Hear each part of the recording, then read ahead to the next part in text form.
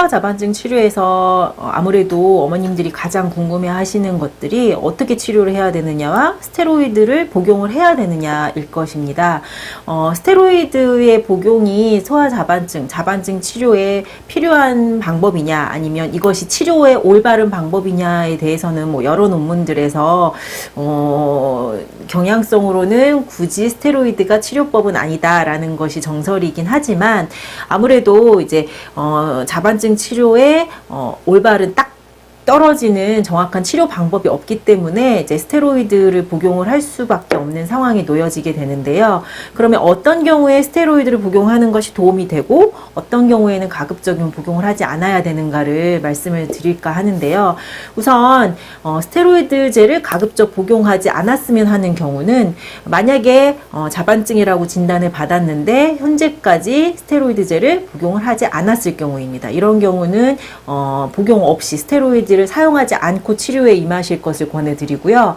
두 번째는 이제 만약에 스테로이드를 복용을 했는데 하다가 증상이 뭐 자반 증상이나 복통이나 관절통 등이 호전이 되어서 약물을 줄이거나 중단을 해왔는데 다시 증상이 극심해지거나 리바운드가 있는 경우, 이럴 경우에도 가급적이면 다시 복용을 하시는 것은 이제 조금 더 신중하시라고 말씀을 드립니다. 그리고 세 번째로는 스테로이드가 듣지 않는 경우도 있습니다. 내가 복통이나 관절통, 자반 증상이 심해서 스테로이드제를 복용을 하거나 뭐 어떤 처방을 받았는데 호전 증상이 없으시다면 그거는 스테로이드제로 치료가 되지, 그러니까 증상의 완화를 할 수 없는 체질의 경우가 있기 때문에 가급적이면 복용을 하지 않으셨으면 합니다. 그렇다면 어느 경우에는 이제 스테로이드제를 복용을 하면서 치료를 할 것이냐, 이럴 경우에는 체질마다 이제 약물에도, 서양의학적인 약물에도 체질마다 부작용이 덜한 것들, 이제 순작용이 더 좋은 것들이 있기 때문에 스테로이드제를 복용을 하여도 비교적으로 이제 리바운드나 부작용이 덜한 체질일 경우, 이럴 경우에는 복용을 하시면서 병행을 하시면서 한의학적인 치료를 하셔도 된다고 말씀을 드리고요.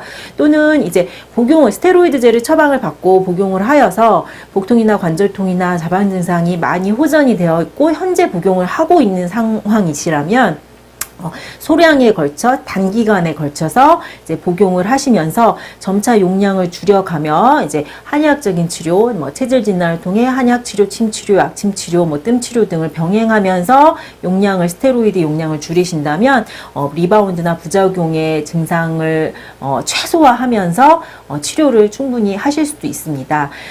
소아 자반증은, 소아는 소양지체라고 이제 한의학에서는 얘기하거든요. 소양지체라는 것은 아이가 한참 이제 성장하고 이런 때는 변화도 빠르고 어떤 이제 질병에 대한 그 악화나 호전의 유무도 빠른 시기라고 생각을 하시면 됩니다. 그래서 특히나 소아 자반증 환자라면 이제 정확하게 짧은 기간에 걸쳐, 단기간에 걸쳐 이제 짧게 치료에 임하면서 상황을 그때그때 잘 캐치해서 상담해 나갈 수 있는 그러한 자반증 치료 방법이 필요합니다.